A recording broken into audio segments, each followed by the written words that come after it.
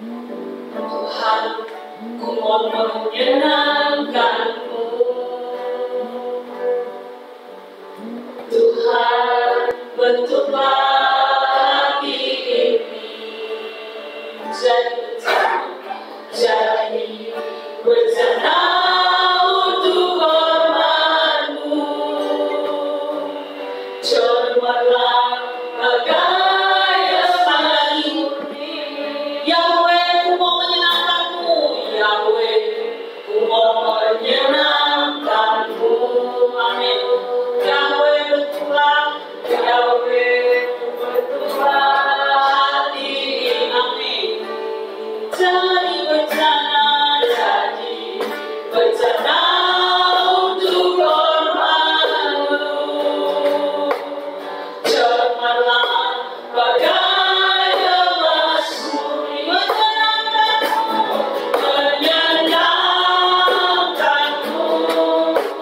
senangkan-Mu.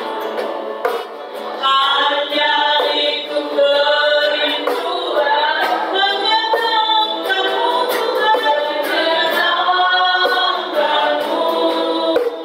senangkan hatiku. Hanya itu kerinduanku. Sekalian ujian dan sungguh-sungguh katakan, Yahweh, ku mau menyenangkan-Mu. Yahweh, ku mau menyenangkan-Mu. Amin. Yahweh, bentuklah hati kami, bentuklah hati kami. Amin. Haleluya. Jadi bencana untuk hormat-Mu. Cemerlang bagai emas. Amin. Yahweh, serahkan hidup. Yahweh, serahkan hidup. Amin. Semua yang aku berikan padamu, Yahweh. Kuduskan kami, kuduskan hingga tulus serah. Amin. Akan kami dapat menyenangkan hati-Mu, Yahweh. Haleluya. Menyenangkan.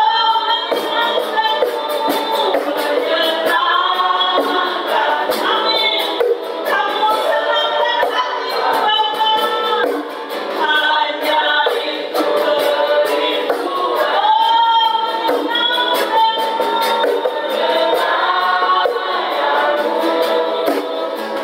Senangkan hatiku. Hanya itu kerinduanku. Haleluya. Menyenangkan-Mu, senangkan. Hanya itu kerinduan. Hanya itu kerinduan kami. Menyenangkan hati-Mu, senangkan hatiku. Hanya itu kerinduan. Haleluya. Menyenangkan-Mu, senangkan. Hanya itu kerinduanku. Hanya itu kerinduanku. Menyenangkan-Mu, senangkan hatiku. Hanya itu kerinduan. Hanya itu kerinduanku. Hanya itu kerinduanku. Haleluya. Hanya itu kerinduan kami. Kami mau menyenangkan hati-Mu. Haleluya. Haleluya. Haleluya. Haleluya. Haleluya.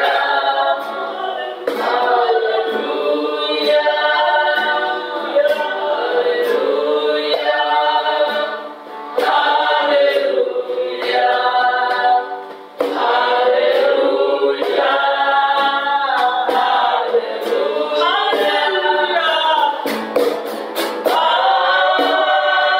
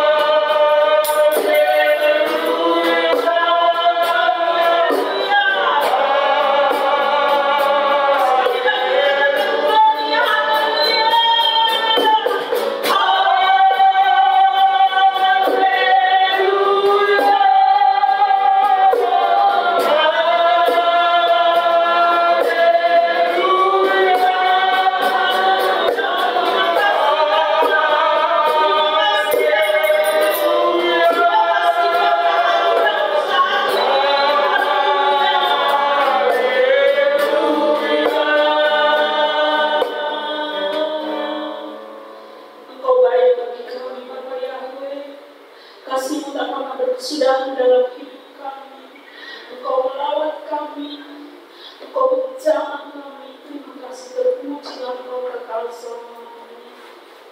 akan masuk dalam doa pembukaan yang akan dibawakan oleh Bapak Gembala.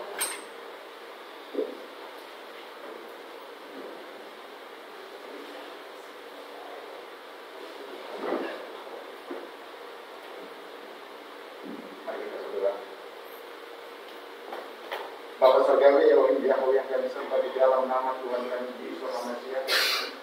Kami bersyukur Tuhan pada saat ini kami boleh beribadah di tempat ini Bapak. Engkau sudah mengumpulkan kami yang datang dari berbagai penjuru, berangkat dari keinginan yang sama Bapak, yaitu diperbarui, dikuatkan, dihibur oleh Tuhan. Maka ketika kami nanti pulang dari tempat ini, dari tempat ibadah ini, kami tidak sama dengan ketika kami datang. Kami sudah diperbarui oleh Tuhan, dikuatkan, dihibur oleh Tuhan, diberikan pengertian yang baru oleh Tuhan tentang jalan-jalan hidup kami. Terima kasih Bapak. Kami juga bersyukur untuk tuntunan Tuhan, pimpinan Tuhan, sehingga kami boleh melakukan aktivitas kami. 6 hari kami boleh melakukan segala pekerjaan kami. Tiba saatnya kami untuk mendengar firman, mudah Bapak mengingatkan kami Bapak saat ini Bapak. Tuhan, kami serahkan ibadah kami yang sederhana ini dari awal pertengahan sampai pada akhirnya. Tuhan kuasai hati dan pikiran kami Bapak. Kalau ada kuasa-kuasa kegelapan yang mencoba mengganggu jalannya ibadah ini, merampas hati kami di dalam nama Yesus kami katakan, kami tolak mengganggu kami Bapak. Tuhan, kuduskan, sucikan kami semua. Ini juga Bapak kuasai Oh Kudus Bapak. Terima kasih Tuhan. Seberapa pun kami yang ada, mari pilih hati kami Bapak. Rinduan kami yang sama Bapak. Kami serahkan di dalam tangan Tuhan. Bapak yang baik, berkati kami semua yang ada di tempat ibadah ini Bapak. Baik para pelayan mau menyampaikan kabar baik. Juga semua kami yang mendengar, mendapat berkat yang sama daripada. Terima kasih Bapak, kami serahkan ibadah kami ini hanya dalam satu nama Tuhan kami yang hidup, Yesus Masih orang Nazaret itu. Kami sudah berdoa seraya bersyukur. Haleluya. Amin. Haleluya. Mari kita semua bangkit berdiri. Ada sukacita. Amin. Anak Tuhan harus bersukacita. Amin. Tuhan berkata bahwa Dia bertahta di atas bumi. Kita semua bersukacita. Berikan salam kepada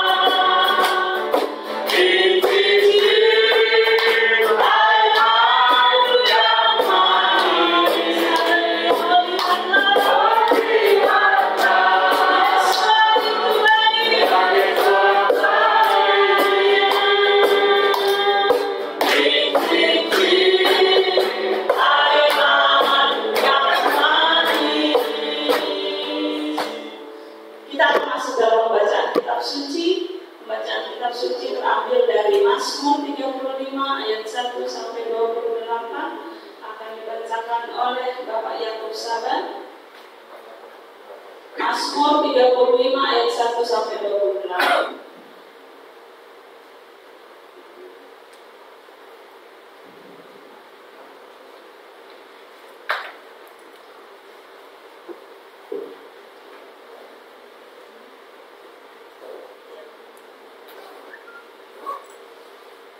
Mazmur 35 ayat 1 sampai 28. Saya bacanya menurut lain. Dari Daud. Berbantalah Yahweh melawan orang yang berbantah dengan aku. Berperanglah melawan orang yang berperang melawan aku. Peganglah perisai dan utar-utar, bangunlah menolong aku. Cabutlah tombak dan kapak menghadapi orang-orang yang mengejar aku. Katakanlah kepada jiwaku, akulah keselamatan.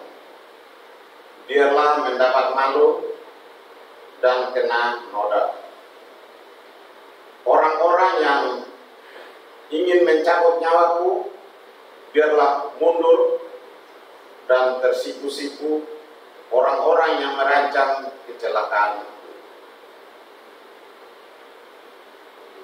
Biarlah mereka seperti sekam di bawah angin, didorong malaikat Yahweh.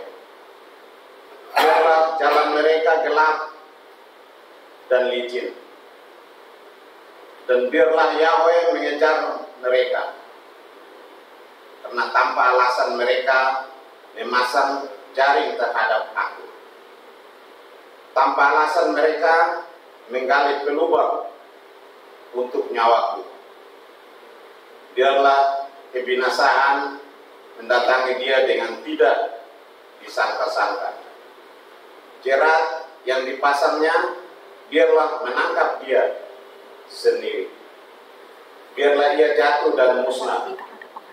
Tetapi aku bersorak-sorak karena Yahweh. Aku girang karena keselamatan daripadanya.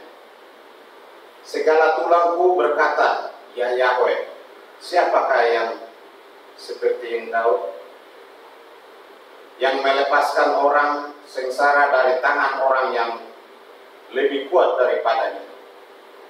Orang sengsara dan miskin dari tangan orang yang merampasi dia. Sia-sia yang gemar kekerasan bangkit berdiri. Apa yang tidak ketahui, itulah yang mereka tuntut daripadaku. Mereka membalas kebaikanku dengan kejahatan. Berasal bulus mencekam aku. Tetapi aku, ketika mereka sakit, aku memakai pakaian kabung. Aku menyiksa diriku dengan berpuasa. Dan doaku kembali timbul dalam dadaku. Seolah-olah temanku atau saudara pula yang sakit. Demikianlah aku berlaku. Seperti orang yang berkeluh kesah karena kematian ibu. Demikianlah aku tunduk dengan pakaian kabung. Tetapi ketika aku tersandung, jatuh, bersukacitalah mereka dan berkerumun melawan aku, orang-orang asing yang tidak kenal. Mereka aku dengar tidak henti-hentinya dengan fasih mereka mengolok-olok terus, menggertakkan giginya terhadap aku. Sampai berapa lama Yahweh Engkau memandangi saja?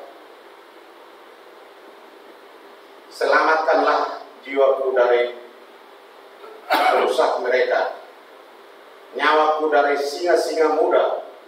Aku mau menyanyikan syukur kepadamu dalam jemaah yang besar. Di tengah-tengah rakyat yang banyak, aku mau memuji-muji Engkau. Janganlah sekali-kali bersukacita atas aku, orang-orang yang memusuhi aku tanpa sebab, atau mengedip-ngedipkan mata orang-orang yang membenci aku tanpa alasan. Karena mereka tidak membicarakan damai dan terhadap orang-orang yang rukun di negeri mereka merencanakan penipu. Mereka membuka mulutnya lebar-lebar terhadap aku dan berkata, syukur, syukur, mata kami telah melihatnya. Engkau telah melihatnya, Yahweh, Yahweh, janganlah berdiam diri. Ya Yahweh, janganlah jauh daripadaku. Terjagalah dan bangunlah membela aku, membela hak aku, membela perkaraku, ya Elohimku dan Yahwehku. Hakimilah aku sesuai dengan keadilanmu, ya Yahweh Elohimku, supaya mereka jangan bersuka cita atasku. Janganlah mereka berkata dalam hatinya, syukur, itulah keinginan kami. Dan janganlah mereka berkata, kami telah menelannya. Biarlah bersama-sama mendapat malu dan tersipu-sipu orang-orang yang bersuka cita atas kemelanganku. Biarlah bagian malu dan noda orang-orang yang membesarkan dirinya terhadap aku. Biarlah sorak-sorai dan bersuka cita orang-orang yang ingin melihat aku dibenarkan. Biarlah mereka tetap berkata, Yahweh itu besar, Dia menginginkan keselamatan hambanya. Dan lidahku akan menyebut-nyebut keadilanmu, memuji-muji Engkau sepanjang hari. Demikian. Amin.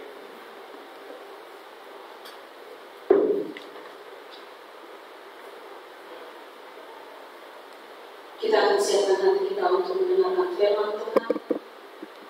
Sebelum saya serahkan kepada Bapak Gembala yang muda, Bapak Dahlan Lubis, mari kita siapkan hati kita. Kita masuk dalam pujian penyembahan kita untuk siapkan mendengarkan firman Tuhan. Aku datang dan ku bersujud di hadapan Bapa.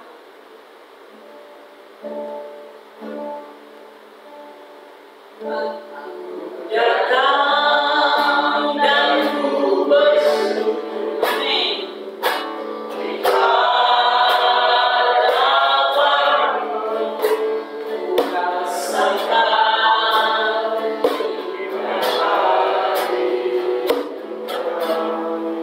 Aku ramatkan hatiku, aku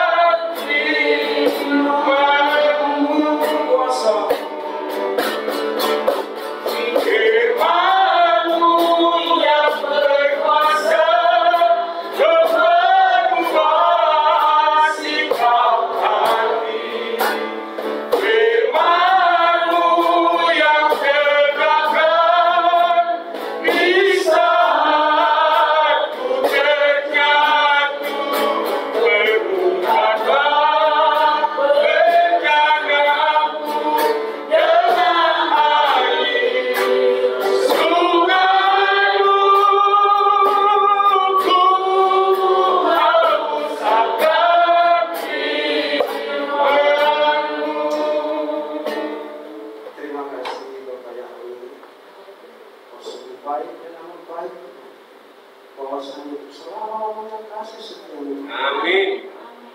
Bapak kami bersyukur pada hari Sabat dan Kudus itu, hari yang mulia di mana Tuhan beritakan bagi kami untuk menikmati hari Sabat. Kami Tuhan bersyukur Bapak pada hari Sabat Tuhan. Kami sudah Kau berikan kesehatan dan kekuatan bahkan nafas kehidupan supaya kami memuji kemuliaan Kau. Bapak kami sudah memuji dan bersorak-sorai mengagungkan Kau Bapak. Tulisannya kami mau menggunakan kebenaran firman Tuhan. Karena kami yakin Tuhan firman-Mu yang berkuasa mengubah hidup kami. Firman-Mu yang meningkatkan kami saat kami terjatuh. Bahkan firman Tuhan menyatakan kesalahan kami dan memperbaiki kelakuan kami. Biarlah Tuhan berkati kami semua yang mendengarkan firman Tuhan Bapak hamba-Mu yang kami nyampaikan. Ya setiap kuasa Roh Kudus menemani. Baik setiap orang itu berkuasa. Puji-pujilah Kau Bapa Yahweh di dalam nama Tuhan kami. Yesus Kristus. Amin. Salam Bapak Ibu. Pada hari ini saya agak canggung juga ini karena baru pertama kali saya di sini memberitakan firman ya. Kalau dulunya aku sudah mengajar-ngajar kita juga kan, tapi kagak ada yang mau ya. Jadi kami puji Tuhan sekarang ya, kita semakin hari semakin berkembang ya. Masa umur kita udah 50-an tahun ini masa makanannya hanya bumbu aja tapi nasi keras ya kan. Jadi saya percaya kita ya dua kali selama 20 tahun hampir ya lebih kurang ya, belum sempurna ya. Tapi mari kita semua yang ada di sini, siapapun kita harus siap sedia untuk mendapatkan kalau baik gitu ya, untuk keselamatan. Amin. Amin. Jadi Bapak Ibu, kita mau belajar firman Tuhan di dalam Mazmur 100 ayat 1 sampai 3. Judulnya ibadah yang benar ya, ibadah yang benar hanya kepada Bapa Yahweh. Mari kita baca. Saya akan bacakan Mazmur 100 ayat 1 sampai dengan 3. Judulnya Pujilah Tuhan dalam baitnya. Mazmur untuk korban syukur. Bersorak-soraklah bagi Yahweh, hai seluruh bumi. Beribadahlah kepada Yahweh dengan sukacita. Datanglah ke hadapannya dengan sorak-sorai. Ketahuilah bahwa Yahweh lah Tuhan. Dialah menjadikan kita dan punya dialah kita, umatnya dan kawanan domba gembala. Amin. Amin. Kita mau belajar firman Tuhan mengenai ibadah yang benar hanya kepada Yahweh. Di sini saya mau katakan di mana saudara-saudara kasih dalam nama Tuhan, ibadah yang benar itu ya, ibadah yang benar berarti ibadah kita itu bukan yang benar itu bukan ditentukan oleh manusia ya, tapi Tuhan sendiri yang menentukan ya. Amin. Jadi di sini firman Tuhan sendiri yang menentukan ini. Saya ada hal yang saya sampaikan di sini. Pertama dikatakan berbadahlah kepada Yahweh dengan sukacita. Kepada siapa kita harus beribadah? Ya, kepada siapa harus dikatakan bahwa beribadahlah kepada Yahweh dengan sukacita. Beribadah kepada Yahweh. Bapak Ibu, saudara-saudara dikasih dalam Tuhan, kita tahu ya, kita bersama-sama tahu ya, tahun yang lalu kita belajar lalu ya mengenai nama Bapa Yahweh ya. Kita udah tahu gitu. Puji Tuhan ya, puji Tuhan sampai sekarang saya percaya semua kita ini setia ya, beribadah kepada Bapak Yahweh ya. Itu yang pertama-tama bahwa kita itu kalau sudah kita ketahui ya, kalau kita yang menyebut yang lain jangan lagi lah ya. Biarlah mereka yang menyebut itu, tapi kita yang sudah mengerti, mengenal dan nama Bapak Yahweh itu kita tetap beribadah kepadanya. Amin ya. Beribadah, berbakti kepada Yahweh ya. Tapi kalau kita lihat kehidupan realitas sekarang ya, banyak walaupun kadang ya seperti kesaksian Bapak sebelumnya, kita mengenal Bapa kita, nama Yahweh ya, yang kita sembah, tapi orang lain belum tentu mau, ya belum tentu mau itu. Karena gimana lah alasan-alasannya supaya apa? Supaya mereka nggak memakai nama Bapa Yahweh ya. Jadi di sini mengapa? Ya, mengapa mengapa orang tidak beribadah kepada Bapa Yahweh? Ya, kenapa? Di sini saya pertama-tama ya, kenapa orang tidak beribadah kepada Bapa Yahweh? Pertama-tama, satu, tidak kenal. Ya, dulu juga kita tidak mengenal Tuhan. Ya, nama Tuhan yang kudus. Ya. Terus tidak kenal, tidak mengetahui, ya, nggak mengetahui ya otomatis ya. Gimana mau berdoa ya. Jadi karena tidak kenal, maka sesuatu yang punya power ya, sesuatu yang punya power, ada kekuatan, ada kuasa, itu yang disembah ya, karena tidak mengenal Yahweh ya. Jadi contohnya kalau kita lihat dia dulu juga di moyang kita nggak mengenal Tuhan ya, atau Yahweh ya, nggak mengenal. Mereka menyembah bisa ya boleh gitu, apa bisa menyembah. Kalau kita lihat sekarang kayak di Jepang ya, di Jepang mereka menyembah matahari ya, di Mesir dewa Amor. Terus menyembah bulan ya, kadang menyembah batu ya, menyembah batu ya, tahu sendiri lah ya, batu hitam, batu tiok, batu apa semua, karena ada kekuatan itu ya. Nah ya, ada juga keris di sebelah sana mandi, ada juga tulisan-tulisan begini, pokoknya itu berjual, itu ada kekuatannya gitu kan. Itulah mengapa orang tidak berbakti kepada Bapak Yahweh, karena tidak kenal ya. Jadi kalau tidak kenal, otomatis ya mereka sembah apapun yang itulah ya. Jadi kita lihat di dalam Kisah 17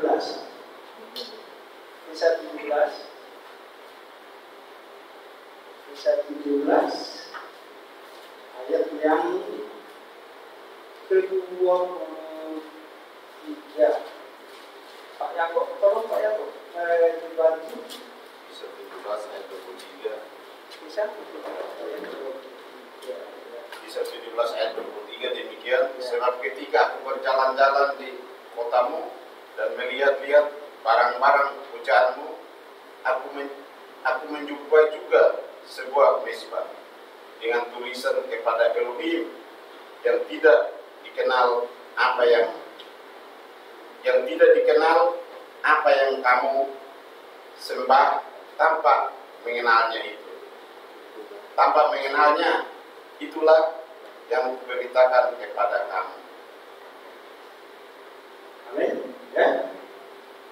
Di sini Paulus ya, atau Rabi Saul, dia memberitakan nama Yahweh, nama Yeshua Mesih, kelompok di sini dikatakan di ya, orang Yahudi ya, dan juga beberapa ahli pikir dari golongan Epikuros dan Stoa ya. Ini orang-orang ahli-ahli apa? Ahli-ahli kitab lah ya. Dikatakan di sini bahwa Paulus itu memberitakan nama Yahweh, mereka itu malah menghina, ya. Ini ini ajaran apa lagi yang dibawa si Paulus ini lagi kan? Nama apa? Nama-nama Yesua gitu kan? Tapi akhirnya mereka itu benci gitu. Kita memberitakan nama Yahweh, nama Yesua, benci. Saya yakin semua kita pasti mengalami lah, ya. Saya sendiri juga mengalami juga sampai sekarang, terlebih di tempat saudara-saudara kita ya, masih asing juga. Padahal kita ya sering-sering, ya.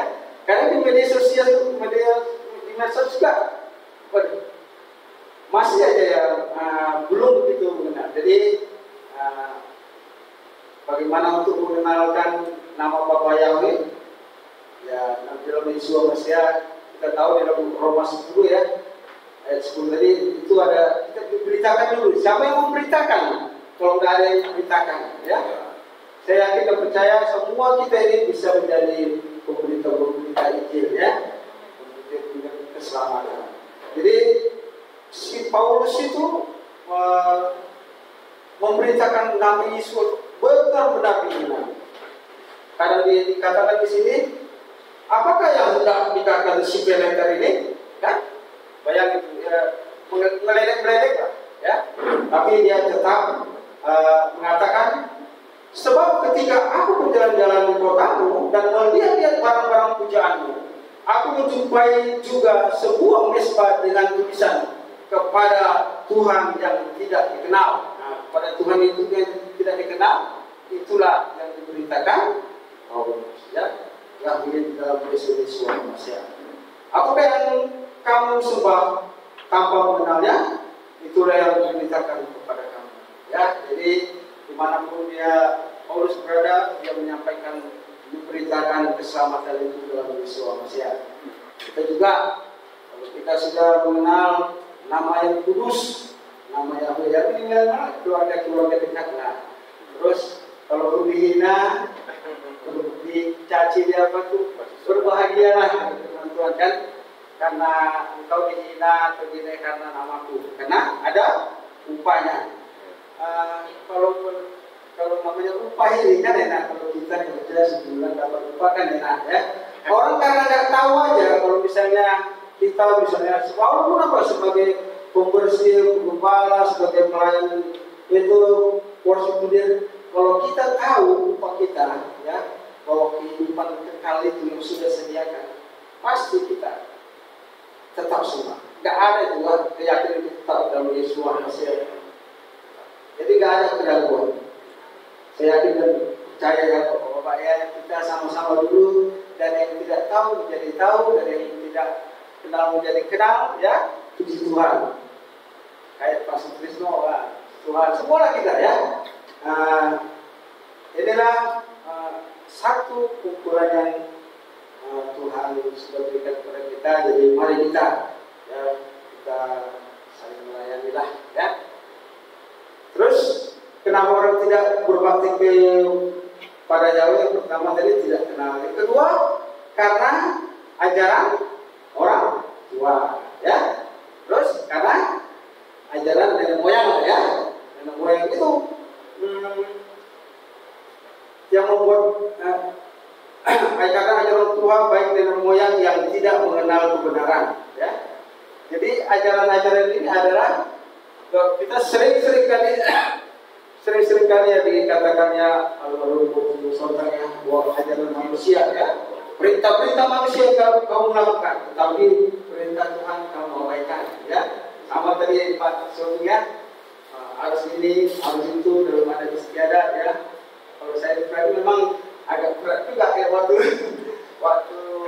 orang tua kita meninggal sama juga ya, tapi ya udahlah, supaya jangan terjadi pertengkaran, gitu kan. Tapi tetap kita waktu itu dalam ya tetap kita walaupun nanti satu hari itu ya kita minta bersama Tuhan. Jadi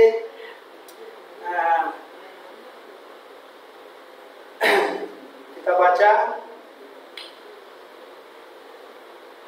di dalam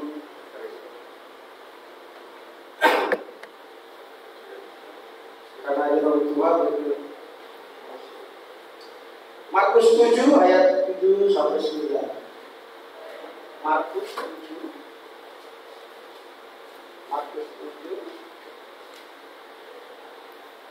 ayat 7 dan 9. Pak, apa di sini aja? Baik, firman Tuhan yang tertulis di kitab Markus pasal 7 ayat 7 sampai 9 beginilah firman Tuhan. Percuma mereka beribadah kepadaku, sedangkan ajaran yang mereka ajarkan ialah perintah manusia. Berita yang kamu abaikan untuk berpihak pada adat istiadat manusia. Amin. Ya, jadi karena ajaran orang tua dan nenek moyang dikatakan firman Tuhan mengatakan percuma mereka beribadah kepadaku, sedangkan ajaran yang mereka ajarkan ialah perintah manusia. Jadi Tuhan Bapa Yahweh telah memberikan ya kepada umatnya lah ya, melalui proses dan melalui Nabi Musa sudah ada hukum 10 itu ya. Jadi Tuhan memberikan hukum-hukum itu. Kalau dulu hukum itu pada zaman Adam ya sebelum Musa lah, itu secara lisan Bapa Yahweh memberikan firman-Nya ya. Kita lihat baca dulu di ini Kejadian 5 ya. Kejadian 5 saya ayat 24. Kejadian 5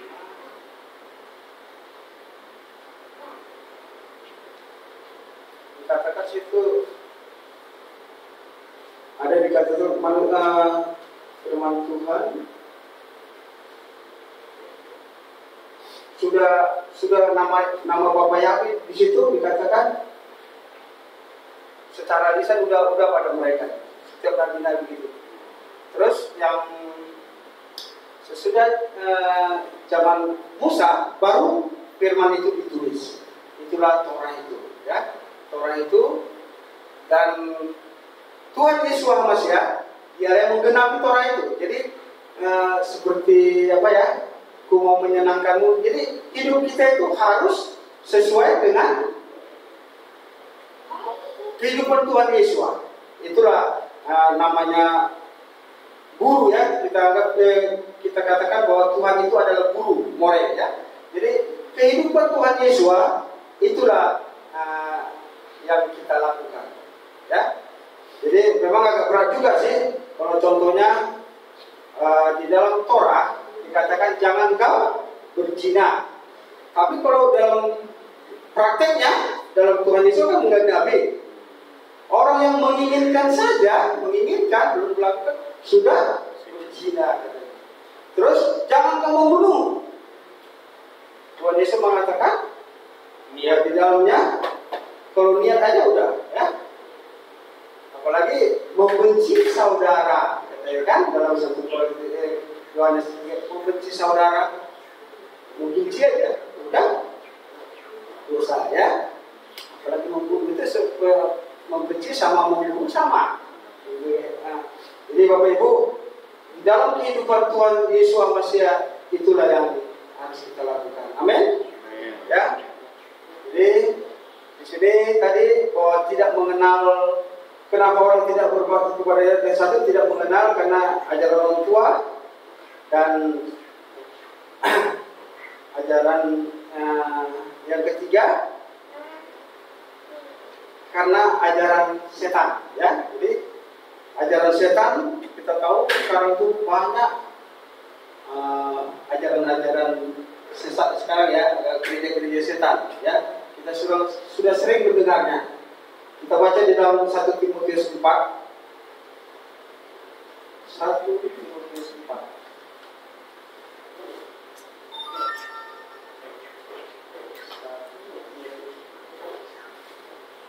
Kalau satu orang bacanya 1 Timotius 4 ayat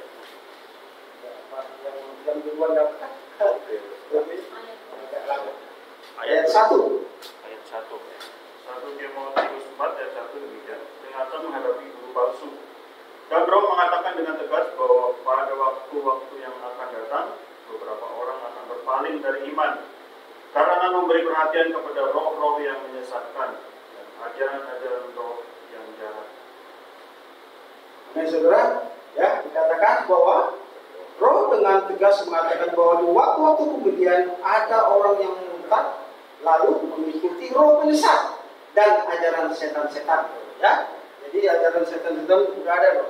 Apalagi kita tahu di kita sekarang ini sudah hidup di akhir daripada akhir zaman. Banyak pengajar seperti yang disebut Tuhan Yesus keluarkan, pengajar-pengajar sesat, guru-guru palsu, mesias palsu. Dari mana kita tahu itu? Mereka ada, ya. Dengan kita sering mendengarkan firman Tuhan, kita sering berkumpul, ya. Kita mengerti akan itu. Untuk itu, Bapak Ibu, mari jangan jauhkan kita daripada pertemuan ibadah ini.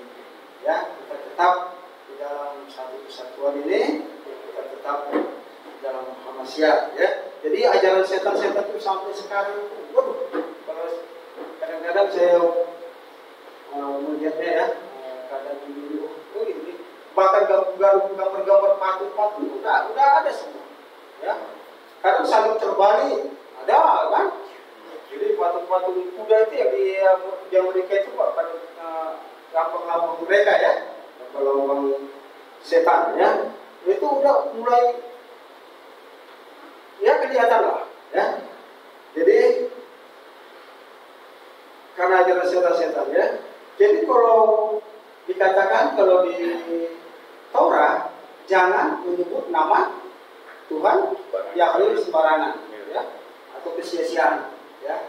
Jadi ini memang luas sih artinya ya.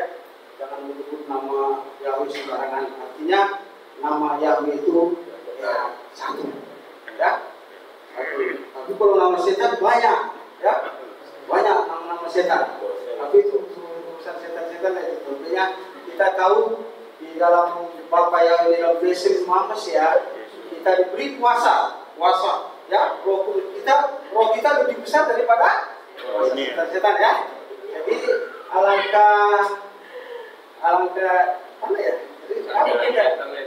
Kalau kita lihat ada orang kerasukan gitu kan, enggak usah gitu, orang Kristen lah, tapi dia percaya, tapi dia kerasukan, kan sudah terbalik ya, karena beritakan Injil, jadi kenal mereka ajaran, usirlah setan-setan katanya kan, ini malah kerasukan setan-setan, aneh ya kan? Jadi Bapak Ibu semuanya kita tetap waspada, ya, tetap kita di dalam kebenaran kita ini, kebenaran firman Tuhan lah. Ya, jadi sebenarnya rajin-rajin ya berdoa, baca kitab suci. Kadang saya pribadi juga nggak bisa lah ngomong kita ya, ini mau coba ini dan itu maunya, memang ada waktu tertentu lah ya, seperti nabi-nabi, tapi ya kita belum bisa ya seberapa kita yang bisa ya. Biasanya itu kalau orang Yahudi itu biasa berdoa mereka sama pagi, siang, sore gitu kan, menjelang malam, itu kebiasaannya. Dan kita minimal juga ya, kadang kita karena kesibukan kerja ya, satu rumah juga, jadi kita usahakan kita tahu ya kedatangan Tuhan yang semakin dekat. Kita nggak tahu kejadian sekarang ini, apalagi ada masa-masa pandemi yang kemarin yang begitu yang dahsyat itu. Kita baru ngobrol begini, tahu besok udah lewat, ya kan? Ya, yang nggak ada lagi itu. Banyak itu. Tapi puji Tuhan lah kita di sini sehat-sehat semua. Itulah doa-doa kita semua lah ya. Kita saling berdoa, saling menguatkan, ya. Soal berkat itu berkat dari Tuhan pasti ada, amin, amin. Ya, jadi bahwa nama Yahweh Tuhan kita itu jangan disebut dengan sembarangan. Hanya kita dengan berdoa, memuji Tuhan, ya, menyembah Dia, itu kita mengusir setan-setan, oke, ya kan? jangan terbalik ya di sana main judi dia lagu itu Yesus sahabat itu kan gitu kan. Jadi artinya banyak itu mulut ya perkataan nggak sesuai dengan tindakan ya, hanya omong doang. Jadi tapi yakinlah di sini kita ada ya. Saya yakin walaupun ada ya kita ubahlah ya. Jadi Bapak Yahweh tidak emosi.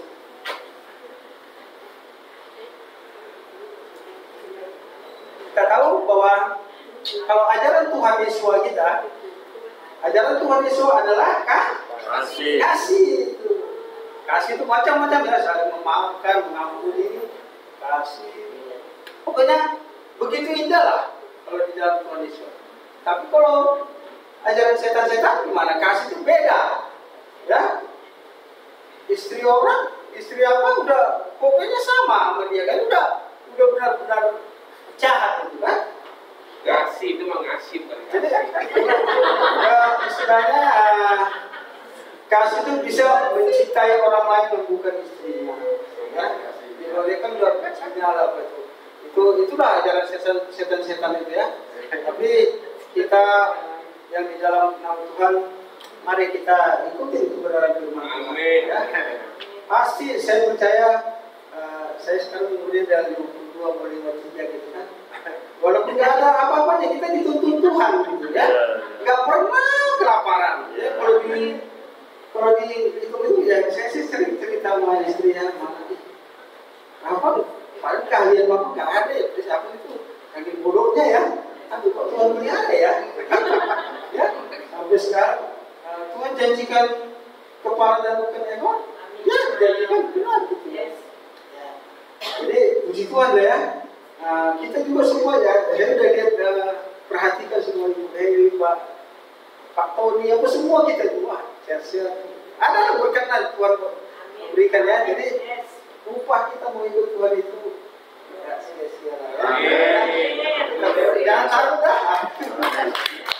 Ya, Tuhan. Sekarang ayat sekarang kita di Mazmur, kembali ke Mazmur 100 tadi ya. Bagaimana kita menyembah dengan ibadah yang benar kepada Bapak Yahweh. Yang kedua, tadi kita berbakti. Tadi kan bersorak-sorak bagi Yahweh ya, atau kita terus beribadah kepada Yahweh dengan suka cita. Jadi ini sering terjadi. Kalau mau beribadah kita bertingkat dulu kepada nama istri, terhadap firman Tuhan mengatakan supaya kita itu beribadah dengan bergembira, dengan sukacita ya. Di dalam beribadah ini supaya kita tenang lah ya. Saya juga biasa saya itu masuk malam jam 8 malam, pulang jam 8 pagi. Atau beribadah kita dulu jam 10 ya, sekarang jam 9 lagi, makin apa lagi kan. Jadi kita mau beribadah, udah sampai ke rumah aja sudah tengah 10, mandi apa gitu kan. Sementara orang rumah masih santai-santai aja kan. Kita dulu kan. Jadi di sini kalau cekcok sedikit aja kan, pasti gak enak beribadahnya. Pasti itu tak ada dikit aja kurang. Ya. Jadi bukan, memang artinya gini, yang bahwa kita datang ke gereja ini, apakah sudah sukacita, ya, apakah bergembira. Ada kan doanya kan, kami datang tidak sama seperti kami pulang. Jadi sebenarnya harus kita datang tuh sukacita, pulang juga dengan sukacita lagi, ya. Jadi pertama-tama itu kita berbakti ya kepada Tuhan dengan gembira. itu kita harus mempersiapkan diri, ya, mempersiapkan diri. Bagaimana kita supaya mempersiapkan diri? Contohnya, kalau dulu kita jam 10 ya Pak ya, jam 10, sekarang puji Tuhan dimajuin ya, dimajuin sekarang jam 9 ya, jam 9 ya, itu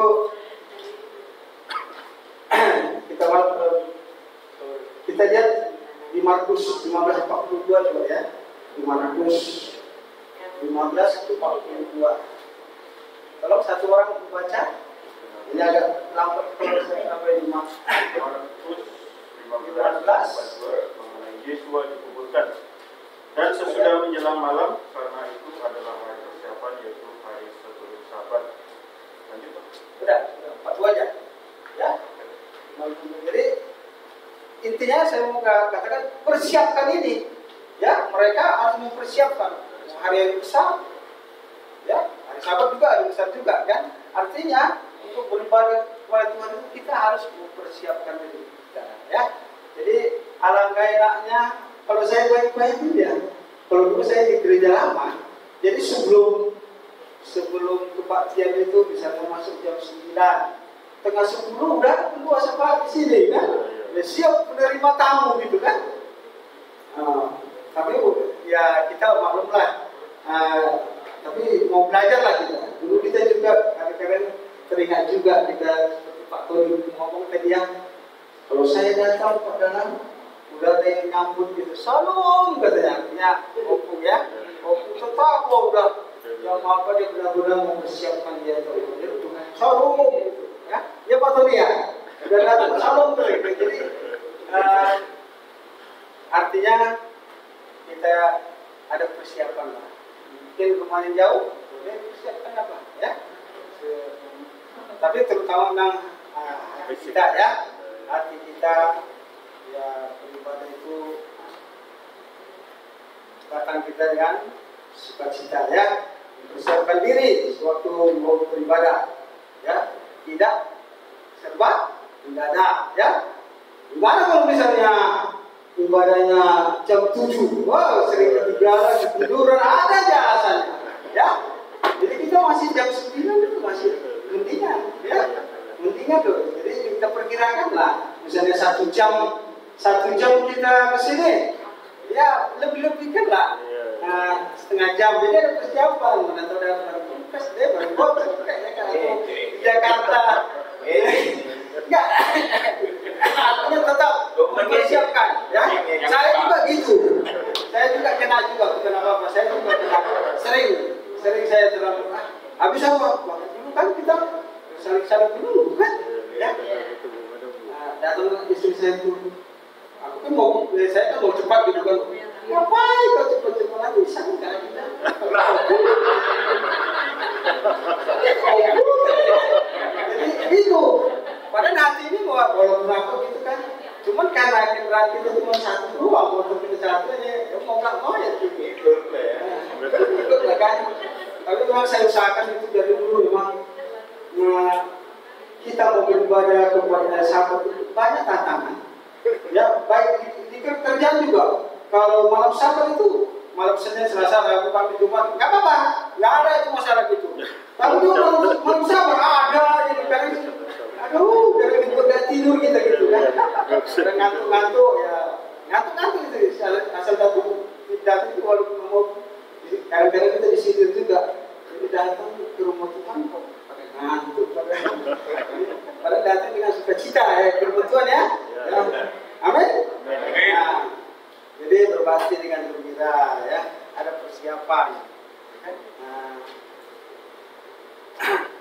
Jangan sebelum kita bergerak, pokoknya jangan ribut lah, jangan bertengkar, usahakanlah supaya kita tetap benar-benar ya, sungguh beribadah kepada Tuhan. Yang ketiga, ini yang ketiga, tadi yang kedua ya, yang ketiga kita baca lagi di dalam Ibu Mariana dan kalau baca. Mazmur 100 ayat yang ke-2b. Ya. Mazmur 100 ayat yang ke-2b. Mazmur 100 ayat yang Dua B. Datanglah ke hadapannya dengan sorak-sorai. Amin. Amin. Datang ke hadapannya dengan sorak-sorai, atau juga datang dengan pujian, ya. Datang ke hadapan dengan pujian, ya. Kita percaya, ya, walaupun tidak puji-pujian ini, ya, hadirat Tuhan sungguh luar biasa. Amin, ya. Saya merasakan dari tadi kita waktu tidurnya pun, wah, dahsyat ini kan. Benar-benar persiapan, udah tahu kita dari ini kan. Ibu Maria ada persiapan benar, ya. Jadi hadirat Tuhan. Kalau firman Tuhan dikatakan bahwa kalau hadirat Tuhan itu hadir, maka ada sukacita, ketenangan, ketentraman, dan damai sejahtera. Itu udah pasti.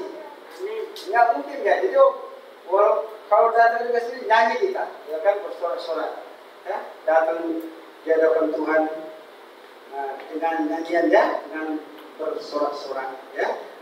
Nah, jadi kalau datang ke maunya saya, ya, mungkin kita semua kan, kalau misalnya jam 9 kita beribadah, ya, Cukup itu adalah ya, jangan terlambat, gitu kan?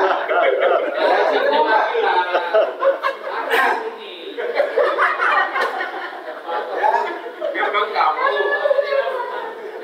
Ya, saya juga terlambat. Saya kan maksudnya gitu supaya kita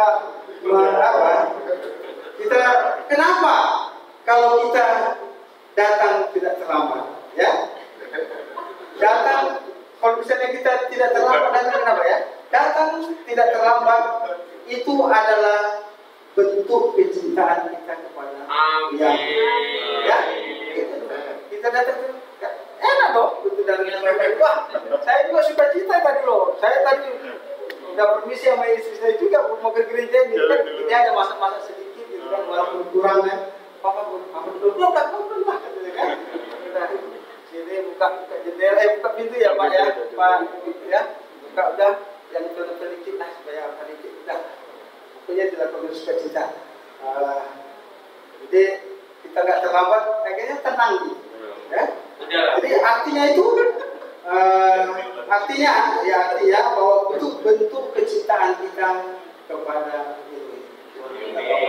Ya, sama dulu kita masa muda, kalau misalnya kita janji sama pacar kita yang sekarang istri kita kan, ya, itu pasti nggak mungkin terlambat itu tidak. Diambil orang. Oke, ya, bukan itu, kenapa semua kita ngalami, kita, ya, itu bahwa kita supaya kita datang tidak terlambat adalah bentuk kecintaan kita kepada Tuhan. Pertama, yang kedua, datang tidak terlambat itu adalah bentuk kehormatan. Contohnya, Pak Johnson undang Pak Presiden Jokowi ke sana, datangnya terlambat, dah, gimana kan? Jadi artinya gini, bahwa datang tidak terlambat itu adalah bentuk kehormatan, ya. Jadi mau diundang gubernur mau diundang presiden ya, kita tetap ada persiapannya semua, ya, datang. Nah, itu. Terus yang ketiga, supaya datang tidak terlambat ini bentuk kedisiplinan, ya. Bentuk kedisiplinan itu semua harus disiplin gitu, ya. Kalau ya ini sambil pengalaman lah, kesaksian dikit ya. Kalau saya bekerja itu masuk kan jam 8, kalau jam pagi kan, jam 8 pagi, saya udah siap-siap itu, jam 6 berangkat, jam 7 udah sampai di rumah di kerja, udah jam 7 sampai setengah 8, udah berdoa, firman Tuhan udah, jadi setengah 8 saya ke bawah itu, melihat orang-orang masuk, yang karyawan-karyawan yang masuk kan, oke, yang masuk itu cepat, tapi coba misalnya terlambat, kita marahin itu, kan? Kita marahin, tapi Tuhan baik loh, terlambat kita. Jangan marahin. Ya, oke ya. Tapi bentuk kedisiplinan, ya. Jadi saat kerja, saat kita kuliah, ya, saat kita masuk sekolah, kenapa bisa datangnya tepat gitu kan? Tepat kan ya?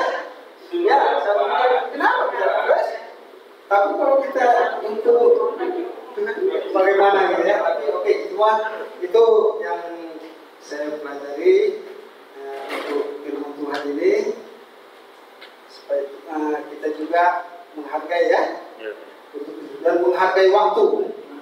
Yang menghargai waktu ini,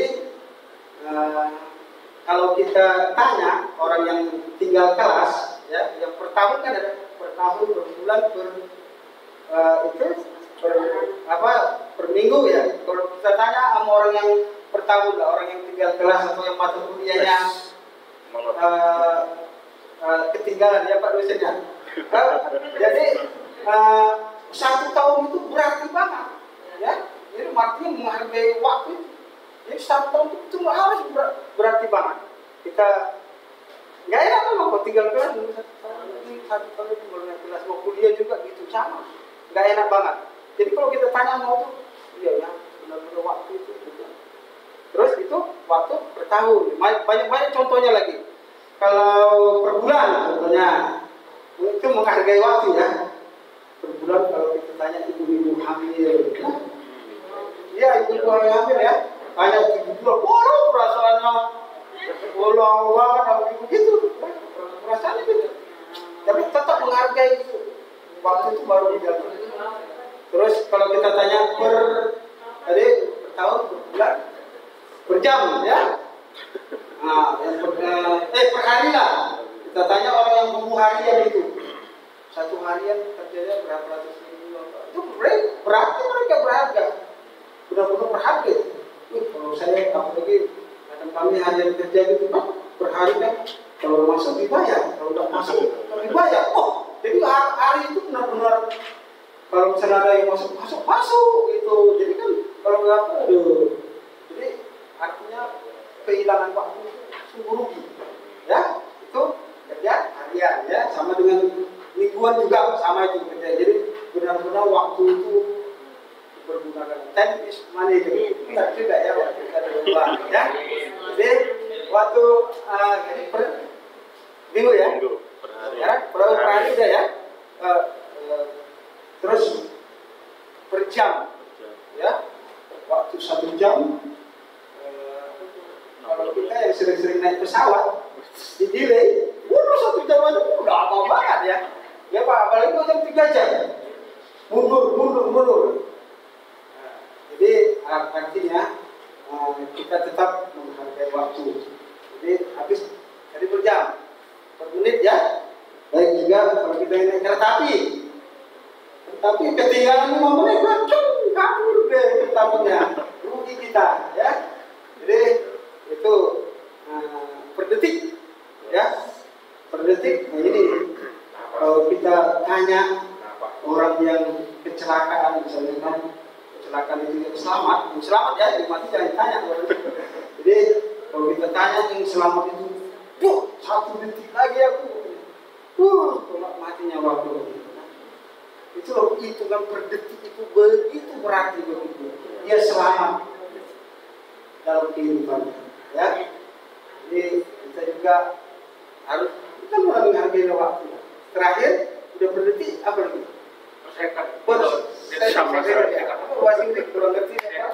Per sekon.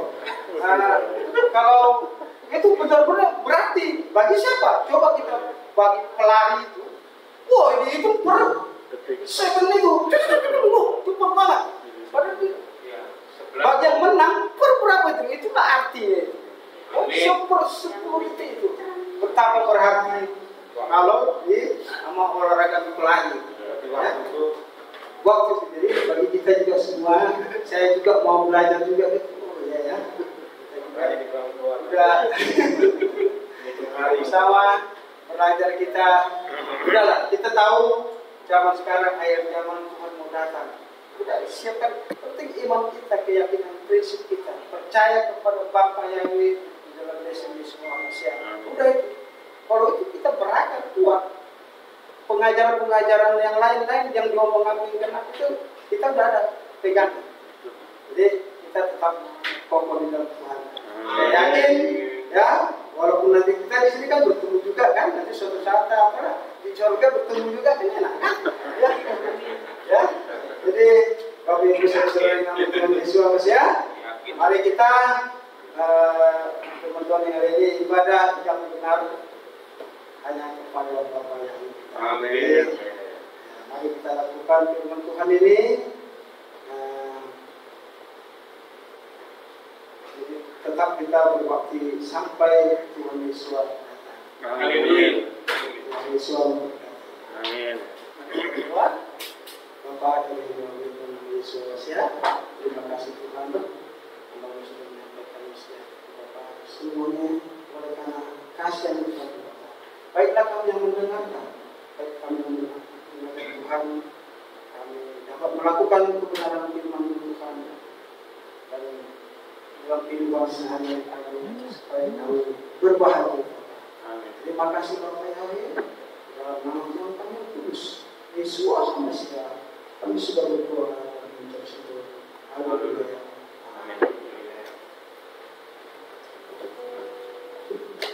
Kita akan masuk dalam pengerjaan untuk mempersingkat waktu. Saya persilakan kepada Bapak Gembala.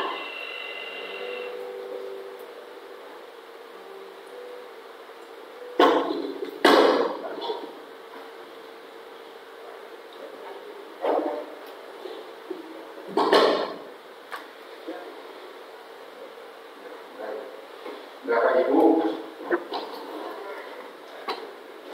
saya bersyukur, benar-benar bersyukur ya. Kalau saya lihat dari kesaksian oleh Pak Siombing dan juga Daftar yang disampaikan oleh Pak Dahlan, saya pikir ini bukan suatu kebetulan ya. Ada benang merah di situ. Tapi jujur aja Bapak Ibu ya, jangan ketawa nih. Saya saat ini benar-benar hampir KO, TKO, dikubur cek-cek yang luar biasa dari Bapak teologi ya. Tapi saya percaya juga Bapak Ibu, saya tidak sampai tergeletak, pasti tampil amin. Jadi Pak Dahlan, terima kasih sekali atas Bapak Elok dibawakan. Saya percaya kita semua pasti merasa terlebih saya dulu ya. Saya tahu firman Tuhan itu bukan untuk saya, tapi juga untuk kita semua. Jadi kalau saya pikir, kenapa ya hari ini kita berbahagia? Jawabnya tadi sudah. Lalu kenapa firman Tuhan yang disampaikan oleh Pak Dahlan itu ada benang merahnya dengan yang disampaikan oleh Pak Siombing? Ada juga jawabnya. Nah ini memang kadang-kadang orang berpikir seperti itu Bapak Ibu ya, saudaraku. Orang mempersoalkan apa yang dia tidak tahu. Saya berani bertanggung. Kenapa Bapak Ibu? Orang cenderung membicarakan yang namanya doktrin, ya, membicarakan doktrin. Padahal doktrin itu kan ajaran manusia, ajaran teolog, dokter teologi, ya. Nah, tadi dikatakan tidak kenal. Justru karena orang yang di kampung seperti yang dikatakan oleh Pak Siombing tidak kenal siapa Bapak Yahweh, tidak kenal jalan kebenaran itu, maka mereka akan antisipasi bersikap antipati terhadap kita. Kenapa? Memang yang benar apa sih? Orang menyebut haleluya. Haleluya itu kan terjemahannya puji Tuhan. Kan sama juga. Dia kadang-kadang menyebut puji Tuhan. Kita sering, atau saya sendiri pernah dipinggirkan oleh karena menyebut nama Bapak Yahweh. Saya berani menyatakan seperti itu, dan saya lagi. Kita dikatakan Yahwisme, ya, orang sesat. Padahal itu yang benar, menyebut nama yang benar. Ya. Nah orang-orang Israel menyebut Bapak Yahweh. Nah, apakah kita kemudian berani menggantinya dengan nama yang lain, nama sesembahan? Tidak juga. Lalu ada psikolog mengatakan seperti ini. Itu kan Tuhannya orang Yahudi. Siapa yang bilang? Saya berani berdiskusi dengan mereka, dengan siapapun. Saya pernah saksikan di hadapan Bapak Ibu minggu-minggu yang lalu dengan dokter teologi yang gelarnya 3. Nah bisa menjawab saya. Kenapa? Dia katakan itu nama Tuhan Yahudi. Kok nama Tuhan Yahudi? Apakah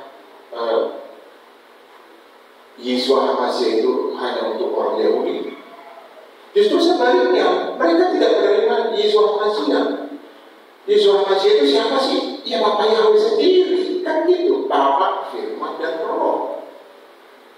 Kan gitu. Jadi katakan, wah, ini orang jadi sesat. Mohon maaf Pak, si Omi tadi katakan dibelok. Kalau dibelok mungkin saya terjemahkan itu artinya orang yang kayak Alkitab gitu, sok gitu. Padahal firman Tuhan katakan kita harus belajar soal mengerti itu urusan Tuhan, nanti yang pengertian kepada kita. Kita dikatakan dibelok. Tuhan sendiri katakan kita baca untuk kita sampaikan kepada orang lain dengan segala apa yang diberikan Tuhan kepada kita. Lalu kita dikatakan dibelok, justru dia yang sesat gitu. Kenapa sesat? Nah ini saya beritahu Pak Ibu, yang saya pelajari. Jadi orang-orang takut kehilangan jemaah, katakan dia kehilangan jemaah. Takut kehilangan, mohon maaf, sumber daya, kehilangan dukungan, sehingga dia tetap menyebut nama A, bukan menyebut nama yang benar, nama Yahweh itu nama Yahweh. Tapi saya ulangi ya, saya katakan ini, orang Yahudi sendiri tidak menerima Yesus Masih kok yang adalah Bapa Yahweh sendiri. Kenapa kita dikatakan sesat? Apakah rasul-rasul itu mulai dari murid-murid Yesus Masih itu dari mana? Dari negara lain? Kan dari situ juga. Dari orang Ibrani juga. Lalu kita dikatakan sesat, bagaimana jalannya, teorinya seperti apa? Kan gitu. Gimana jalan kita dikatakan sesat? Nah, kembali lagi. Karena mungkin bukunya sudah banyak dicetak yang menyebut nama A, ditarik lagi rugi, betul nggak Pak Ibu? Izin bertanya, betul nggak? Oh, mungkin itu cetak juta eksemplar. Oh, maka jangan berpretensi gitu. Saya katakan dari pernah diskusi kok dengan mereka. Kenapa tidak mau menyebut? Nah, saya berarti mungkin Bapak Ibu pernah dengar di kitab suci yang terbitkan mereka sendiri dikatakan nama itu adalah terjemahan dari ini kok nama diterjemahkan. Tulisan apa sih Yahudinya tulis Yahweh itu yang benar. Jangan ditulis lagi nama yang lain. Nah, kalau kita kesaksian tentang di negara sana tidak boleh menyebut nama-nama. Tidak boleh menyebut. Di negara mana misalnya? Malaysia. Apalagi di Singapura juga disebut sekarang. Terjadi keributan. Apakah kita menjadi batu sandungan hanya karena mengatakan nama itu? Kan tidak juga. Nah, lalu kemudian kalau kita menyebut nama yang benar, kita menjadi apa? Menjadi dijauhi, dipinggirkan, disingkirkan, dan apapun istilahnya. Silakan aja, buat saya tidak masalah. Mungkin Bapak Ibu, Saudara juga. Ya, kenapa? Memang begitu Tuhan Yesus sendiri disingkirkan kok dengan ajaran yang benar supaya orang selamat. Disingkirkan. Kita nggak peduli. Tetapi kadang-kadang manusia kita karena bagaimanapun kita masih tinggal di dunia ini, kita kadang-kadang apa? Toleransi. Kita ambil jalan tengah. Ini namanya jalan tengah. Moderasi beragama. Kita terima, oke deh, saya ikut terima ulos. Tetapi hati saya tidak terima itu. Boleh kan? Oh, itu munafik. Tidak. Mari kita lihat kitab suci. Kebetulan yang saya kasih buka. Ketika orang-orang yang menyebut nama Yesus Masih mengusir setan, setannya pergi kan? Apa kata Rasul Petrus ya? Bapak Ibu Petrus ya? Yang mengatakan Tuhan ada orang yang menyebut nama gitu. Padahal dia kan bukan sebagian dari kita, bukan di antara kita. Apa kata Tuhan Yesus? Biarkan. Kenapa? Kalau dia tidak melawan kita, dia ada di pihak kita. Itu artinya toleransi, kita terima deh, asal jangan jadi musuh kita. Memang itu kan inti dari penginjilan. Kita tidak bisa hantar promo, akan ulang-ulang saya katakan di kita ya. Kita tidak bisa katakan, wah ini musuh kita orang kapan kita menginjili kalau semua nggak bisa. Kapan kita menginjili? Tetapi salah Pak, harus kita kita sebut nama Yahweh, kita sebut nama Yahweh tapi pelan-pelan, anggap aja semua masih makan bubur. Lalu kita langsung keras, kita menjauh. Loh, Tuhan bilang apa? Jadikan segala berbangsa menjadi murid. Kalau kita menjauh, nggak jadi murid ya. Jangankan menjadi murid untuk sekadar pengikut aja nggak bisa. Kan ada dua, menjadi murid dan menjadi pengikut. Kalau hanya sekadar pengikut, semua orang bisa mengikuti. Maaf, iblis juga mengatakan apa? Percaya kan? Kan bapakmu bisa mengubah batu jadi roti dan lain sebagainya. Bahasanya dan begitu, narasinya di kitab suci begitu. Jadi kalau kita membuat batasan-batasan yang terlalu tegas, alhasil kita tidak menjadi apa? Menjadi guru, tidak menjadi pengajar, tidak bisa kita menginjili. Padahal injilnya apa? Saya bahasakan Bapak Ibu ini makanan enak sebenarnya. Bapak karena sudah tahu bahwa ngomong apa. Iya, karena semua dijanjikan kan. Tetapi ada syaratnya. Jadi kalau dalam bahasa ekonomi ini ada syarat dan kewajiban. Syaratnya kita lakukan. Lalu kita apa? Mendapat hak kita, mendapat warisan yang sama, kan begitu. Jadi jangan khawatir Bapak Ibu ya, kami tidak disingkirkan dan saya juga sudah mengalami. Gara-gara menyebut nama Bapak Yahweh. Dan juga tadi bahasa saya Pak Jo, karena makan, maaf, makan bayi itu juga disingkirkan. Tidak masalah buat saya. Tapi kadang-kadang sebagai manusia, kalau saya lawan, saya lakukan keras, saya tegas menghindar, saya justru menjadi batu sandungan, akan diolok-olok oleh banyak orang. Ini sudah ditanggung dan tidak terima. Boleh seperti itu, oke. Kan ada yang dalam firman Tuhan dikatakan seperti ini, cerdik seperti terus seperti merpati. Di situ kita menangkapkan. Nanti saya katakan itulah jalan tengah.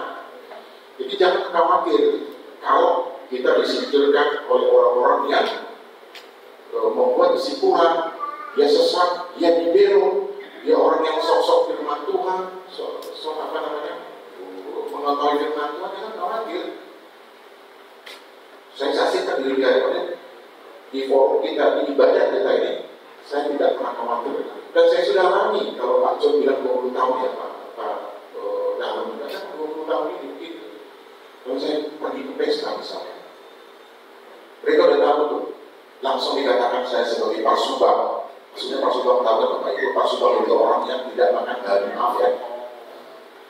Saya bilang, iya saya Pak Subang. Tasikmalaya saya begitu. Makanya nggak sembarangan makan, dia makan itu. Saya katakan seperti itu. Jadi jauh ini ya silakan nggak apa-apa. Sampai di sini Bapak Ibu. Ini forum direkam. Kenapa begitu? Teman-teman saya, gue mengatakan seperti itu. Nah kalau dia berdua pasti nggak mau nyebut gitu. Terus saya bilang, Tuhan saya itu kok gimana? Dia bilang apa? Ya itu sih namanya Pak. Lanjut aja Pak. Nah itu. Nah, apa yang mau saya saksikan? Jadi ini bukan pengajaran Bapak Ibu ya, ini ada refleksi daripada kesaksian Kasih Romi dan juga daripada banyak muda atau orang banyak. Jangan takut dijauhi, disiksa, dalam tanda petik disiksa maksudnya secara omongan. Oleh karena kita memberitahukan nama yang kita imani, bukan hanya sekadar percaya Bapak Ibu ya, yang kita imani. Jangan takut. Tujuan kita apa kita supaya disenangi, supaya sampai kapanpun kita tidak akan mendapat kalau kita ekspektasi kita hanya untuk disenangi orang. Tidak dapat. Orang Tuhan Yesus sendiri kok nggak disenangi kok di kampungnya dia nggak jadi apa-apa, nggak bisa bikin mujizat bukan apa itu. Nggak jadi mujizat, nggak jadi mujizat kenapa? Tiap hari kita ada tukang kayu, tiap hari dia bohong, tiap hari umpamanya seperti itu. Justru Tuhan Yesus membuat mujizat di mana? Bukan di kampungnya, tempat orang lain, Bapak Ibu. Di mana dia diterima? Meskipun kita tidak mengecualikan ada di antara orang kampung itu juga yang percaya, lalu mereka mendapat berkat yang sama. Jadi luar biasa saya pikir tidak dikenal. Nah itu tidak dikenal lalu berani menstigma itu sesat, itu dibelok dan berbagai istilah yang lain. Padahal dia tidak tahu, kasihan sebenarnya. Kasihan Bapak Ibu. Iya kan? Itu menyebut nama siapa itu? Padahal, mohon izin ya, Bapak Ibu, mohon izin. Di dalam Gibel itu, saya beli Gibel juga itu kemarin di pasar Senen karena pengen belajar. Di situ ditulis juga kok Jehovah sebenarnya. Dan kita kenapa tambahin dengan D lagi? Debatan lagi, udah ada Jehovah kok. Ada tertulis Jehovah, kan Bapak Ibu. Ya nanti saya bacakan bisnis atau bisnis begini. Gibel ada. Kenapa terjadi seperti ini juga sebenarnya mengarah kepada dasarnya seperti apa? Supaya banyak orang terima dulu, jangan diganti itu nama D-nya itu DEBA, TA itu jangan diganti dulu, dimasukkan dan tetapi kemudian berlarut-larut namanya gereja kesekuan kan. Merubah ini susah, Bapak Ibu susah. Terkait dengan apa? Uang juga, tapi semua Gibelnya, tapi semua kitab sucinya uang juga. Oh tidak makan kan ini. Jadi orang berdalih berdasarkan sejarah itu hanya pengucapan lafalnya siapa bilang. Tidak. Kita boleh dengar dari ketua sinode kita ya, selalu menghormatkan tidak bosan-bosannya beliau menghormatkan seperti itu. Karena memang ini sangat-sangat penting dalam kehidupan kita. Jangan kita sampai salah. Lalu ada yang waktu saya katakan, loh itu pastor AS itu, masa sebut nama. Sekarang luar biasa memakai nama Yesus kok. Nah, kalau itu kita persoalkan, nggak usah namanya begitu juga ada yang sembuh. Bapak katakan itu bukan dari Tuhan, saya tidak berani katakan bukan dari Tuhan. Bukan maksudnya. Mari kita belajar bersama-sama bahwa namanya benar itu siapa. Itu aja sebenarnya. Soal terjadi mujizat oleh pastor apa, pendeta apa gitu. Ya mungkin Tuhan Yesus pakai beliau, apa-apa dengan nama itu, tidak apa-apa. Dan jangan kita berpatok ke situ. Semua nama sama, ada aja sama. Yang lebih sederhana aja kita katakan seperti ini. Kalau namanya Pak Dahlan di Indonesia, apakah kemudian di Malaysia diganti menjadi apa namanya?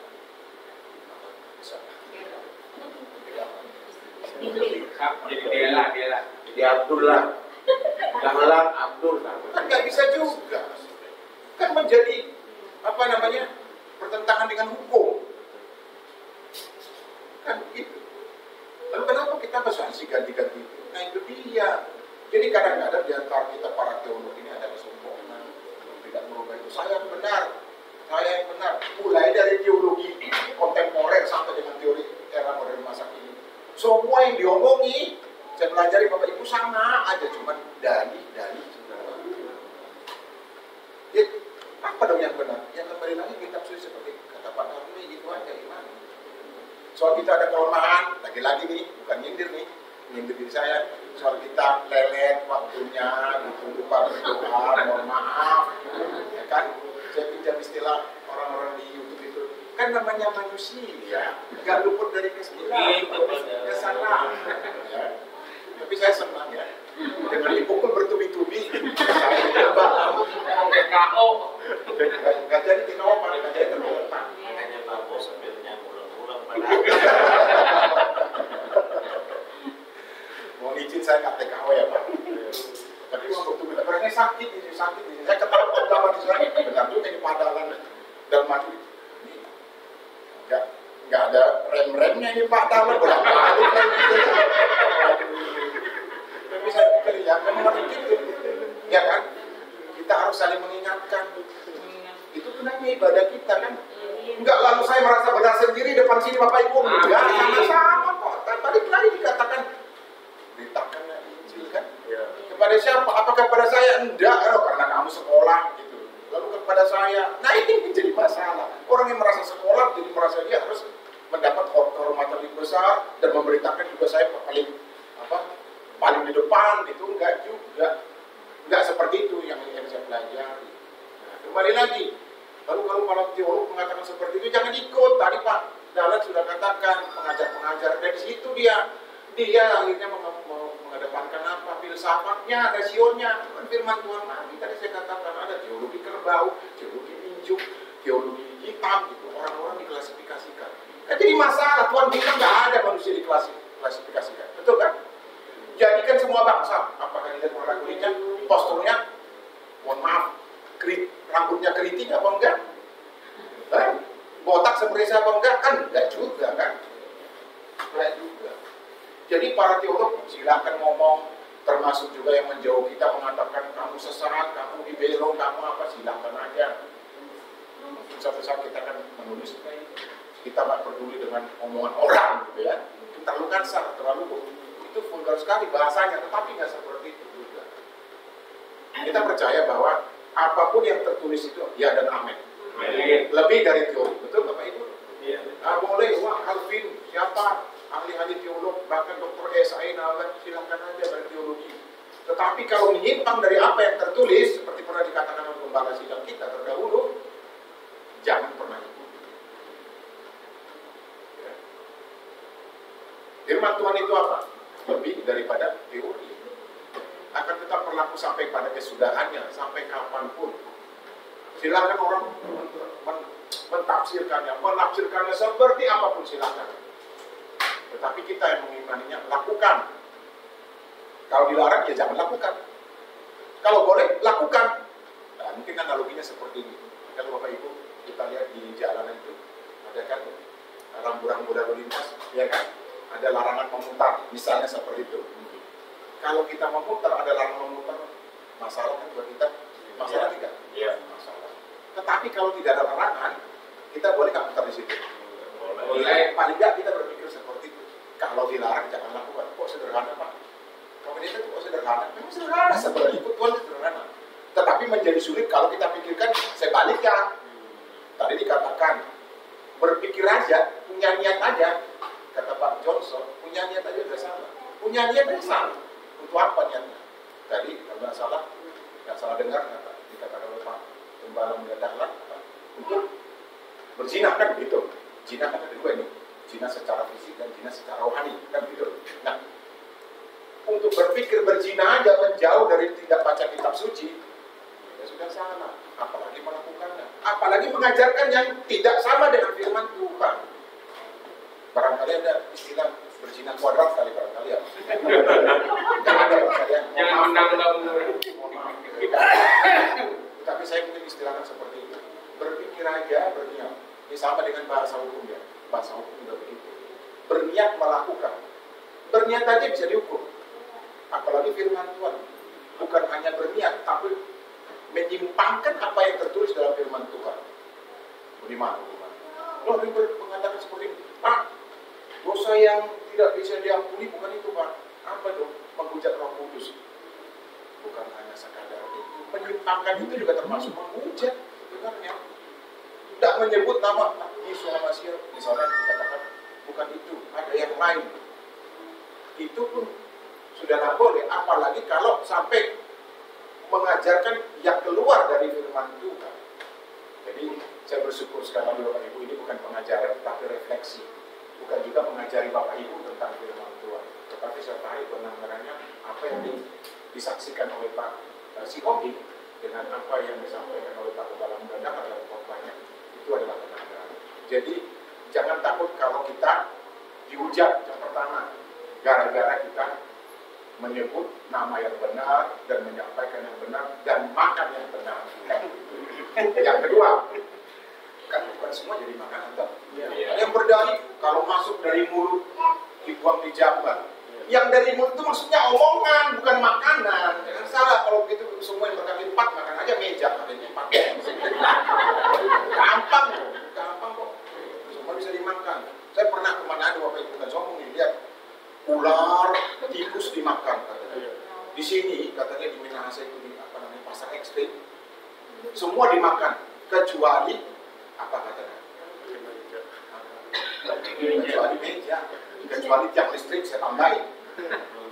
Kan ular kan nggak ada kakinya kan, atau juga kan tiang listrik begitu, wah bisa aja Pak Sunanda, padahal udah datang di mana? Iya. Itu namanya pasar ekstrem gitu, semua dimakan, boleh dimakan. Yang berkaki 4 boleh dimakan, yang tidak berkaki termasuk ular dimakan juga. Dipajang itu Bapak Ibu besar-besar. Apa kita ikut seperti itu kan enggak juga.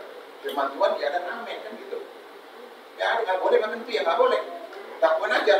Sama seperti yang lintas tadi nggak boleh mutar ya kita jangan mutar.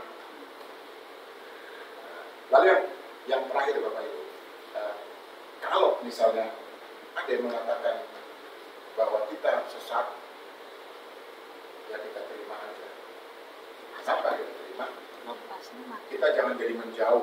Yang kedua ya, jangan menjauh. Kenapa? Kalau menjauh kita justru menginjilinya, menyampaikan firman Tuhan itu menjadi terhalang. Saya pernah mungkin saya katakan Bapak Ibu, kalau misalnya di Facebook di mana-mana, kita rada-rada sedikit ada aneh gitu menyebut nama ini, tapi di belakangnya kita sebut nama Yahweh Bapak Yesus Masias, ya. Gak apa-apa. Apa maksudnya? Supaya kita menginjili secara diam-diam. Jadi kita jangan menginjili pantang promo. Akhirnya kita jadi batu sandungan. Oh keras-keras juga. Itu sama keras juga. Kita boleh. Jadi lagi-lagi saya katakan inilah maksud dengan jalan tengah. Jalan tengah maksudnya kita toleransi bukan untuk mengalah, tetapi win-win solution. Jangan kita pokoknya kamu gak nyebut nama Yahweh, kamu sesat. Jangan. Lama-lama dia lapor kita kena ITE juga kan? Bisa kan? Bisa kita mau menghina. Jangan serang. Nah, kita dekati pelan-pelan. Itu saya pikir strategi yang bagus. Jadi itulah jalan tengah. Kalau dalam bahasa teologi disebut itu moderasi beragama. Ya, moderasi beragama. Itu moderasi beragama. Bukan berarti kita terima nama itu Allah Tuhan. Enggak. Ya, jangan salah Bapak Ibu. Kita hanya mengambil jalan tengah. Bagaimana supaya apa yang ada di pikiran kita, ya, untuk menyampaikan tadi saya ulangi makanan enak itu loh, bisa diterima banyak orang, banyak kalangan. Bukan hanya kita. Jadi kalau kita dengan strict gitu ya, dengan terlalu tegas menyampaikan kepada orang yang apalagi yang baru pertama kita kenal, alamat kita bisa berantem, tidak berhasil penginjilannya dan saya katakan menjadi batu sandungan. Jadi itu yang bisa saya refleksikan Bapak Ibu ya. Jadi jangan takut menjadi bahan olok-olokan. Yang kedua, mari kita toleransi dalam terbatas ya. Jangan jadi ikut kita makan yang tidak benar itu ya. Jangan juga yang pasal ekstrim itu jangan ya. Nah, mari kita bertoleransi, bukan berarti kita kalah, tetapi justru supaya kita bisa memberitakan firman dengan kemampuan kita. Lagi-lagi saya katakan kenapa firman Tuhan dan tertulis juga mengatakan mari kita cerdik seperti ular dan tulus seperti matahari. Itu yang disampaikan Bapak Ibu. Kita akhiri refleksi kita pada ibadah ini. Mari kita berdoa. Bapak Surgawi, kami bersyukur untuk firman yang dibagikan oleh hamba-Mu Kepala Kami dan juga kesaksian yang disampaikan oleh hamba-Mu baik Bapak Siomen juga Bapak John, Bapak kesempatan. Tuhan, kami sadar bahwa di dalam kehidupan kami yang menyebut nama yang benar, nama yang sejati itu Bapak, kami menjadi batu sandungan. Jangan kami jadi batu sandungan bagi orang lain. Berikan kami hikmat Bapak untuk kami boleh menyampaikannya secara Bapak lebih baik lagi, sehingga kami dapat menyampaikan firman itu, dapat menyampaikan berita baik itu, kabar baik itu kepada banyak orang lain di luar daripada lingkungan kami sendiri. Terima kasih Tuhan, Kau pakai hamba-Mu Pengembala Buddha Dahlan dan juga Bapak John dan Bapak Sihombi di dalam pelayanannya. Bukan hanya di tempat ini semata, tetapi dimanapun beliau-beliau diinginkan boleh menyampaikan kabar baik itu. Terima kasih Bapak. Tuhan, biarlah apa yang sudah disampaikan tinggal dalam hati kami menjadi rema dalam kehidupan kami, sehingga nanti semua dihibur, dikuatkan dengan pengertian yang baru oleh Tuhan. Terima kasih Bapak, di dalam Yesus Masias kami sudah berdoa seraya bersyukur. Haleluya. Amin.